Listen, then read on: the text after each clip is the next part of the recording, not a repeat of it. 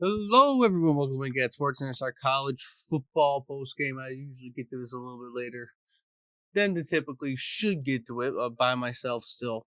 But probably return to normal by next week with my dad being here with me. But we're going to kind of go over the games. Usually a quick video with me just doing it. Uh, First off, we knew it was going to happen. Michigan losing to Oregon 38-17. Again, not surprised. We kind of saw that happening. Again, we don't see Michigan doing too much better this year outside of what they're already doing. Um, Basically, Oregon had a pretty easy day, right? Their QB threw for almost 300 yards, a TD. They ran for almost another 176 yards. You're not stopping them. Your defense was the only thing kind of keeping them. The bright side, you kept them to under 40. You just couldn't find the end zone that much. You had three different QBs in the game. Really just Warren, though, throwing. He threw for 164 yards, two TDs. You ran for another 105. Well, overall, it's what you expected on the day. Michigan is going to struggle the rest of the year, like we've talked about. They're going to eventually get back to where they were at, I think, last year, which is going to take a couple of years. Every single time you change head coaches. Now, it should have been better for Michigan than most times when you get a new coach, because Harbaugh should have set it up, but maybe he knew, like my dad said, maybe he knew what the situation was. Got out of there, but overall, Michigan, your season is kind of over. I don't expect to be in a bowl game at all with what is left on your schedule with Indiana, Northwestern, Ohio State left. I expect two more losses on the year. You're going to finish 6-6. This is my final prediction for the year at the moment. But again, the bright side, you kept Oregon to under 40 points for the day. And again, it's going to be a struggle. Going on to Michigan State, looking ahead at them, they lost to Indiana 47-10. I almost thought they were going to have a chance to maybe do a little bit of an upset. They were up a little bit when I first looked at the game. They were up 10-0. I was like, oh, maybe they're going to keep up. Maybe this will be more of a game than I thought. Check the game later on, 47-10.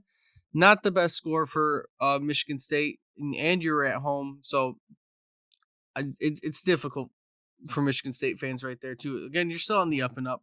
You have some positives to look at.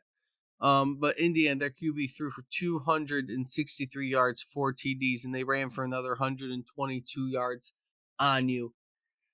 It's not good. Not good for defensively. Michigan State has room to improve. Childs did okay, 16 for 24, almost 200 yards, but he just keeps throwing interceptions. Two interceptions. You had negative rushing yards on the day through 32 attempts, which is not good. Mostly because one of your QBs had negative 44 yards on 4 attempts. And then you had a couple other instances where you had another guy who had negative 21 yards. So that's how you end up with negative rushing yards on a day. You ain't winning football games that way. You need to be in the positive, obviously. But again, I think the same thing for Michigan State. You got 3 games left on the year. I see you winning 2 of them, which would be your last 2 against Purdue and Rutgers. Those would be your last 2 wins, I think, on the year. I don't think you're going to win next week against Illinois. But I guess we will see fully what happens with all that. Again, I'll get more into like next week's games in a pregame for next week. But looking at the rest of the year, I see both teams finishing 6-6, probably missing a bowl game, if not in a very, very low bowl game. But I would say more positive a year so far for Michigan State. You've shown strides in being a better team. Next year probably is going to be really, really good. I expect them to probably do better next year. Michigan, about the same next year with how they're playing, but we'll see who we get, who commits in the offseason. But yeah, Michigan, they are not going to have a fantastic day, I don't think, due to who they're playing next week in Indiana.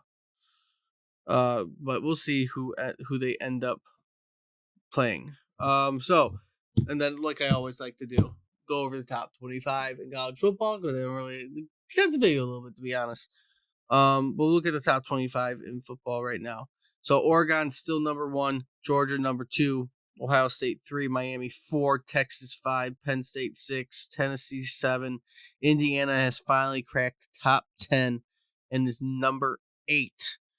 BYU is 8, number 9, Notre Dame 10, Alabama 11, Boise State 12, SMU 13, LSU 14, Texas A&M 15, Ole Miss 16. Iowa State 17, Army sitting at 18 at 8-0, Clemson 6-2, Washington State 7-1, Colorado at 21, Kansas State at 22, Pittsburgh at 23, Vanderbilt at 24, Louisiana at 25. So right now, I guess we're kind of see where the world of football is going to take us this week in the top 25 matchups. I would say to look out next week, college football wise, and I'm sure I'll talk about it a little bit more with my dad too. I know there's going to be a couple interesting games coming up fairly soon, but let's see who we got this week. If anything, we got Alabama, LSU. Alabama's not in the top 10 anymore, 11. So that's very interesting because how far they've dropped. That is basically your biggest ranked matchup, I think, going into this week. Everybody else is kind of eh. So I guess we'll see what ends up happening this week in the college football realm. I'm still rooting for Indiana. They don't have the easiest schedule the rest of the way. Well, they have semi-easy schedule the rest of the way. Indiana, after facing Michigan, they're going to face Ohio State. And that is going to be their biggest test for the year. Because honestly, I think they're going to beat. In fact, Indiana is favored by 14 this week against Michigan.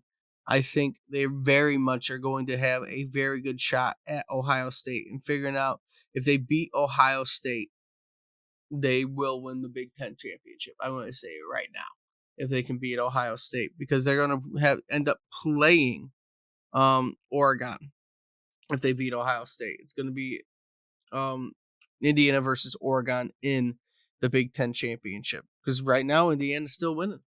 They're still winning the Big Ten. But we'll see what ends up happening. With all that being said, though, if you like what you see, like, comment, subscribe. Let me know what you think about the college football landscape this week. And until next time, hope to see everybody soon.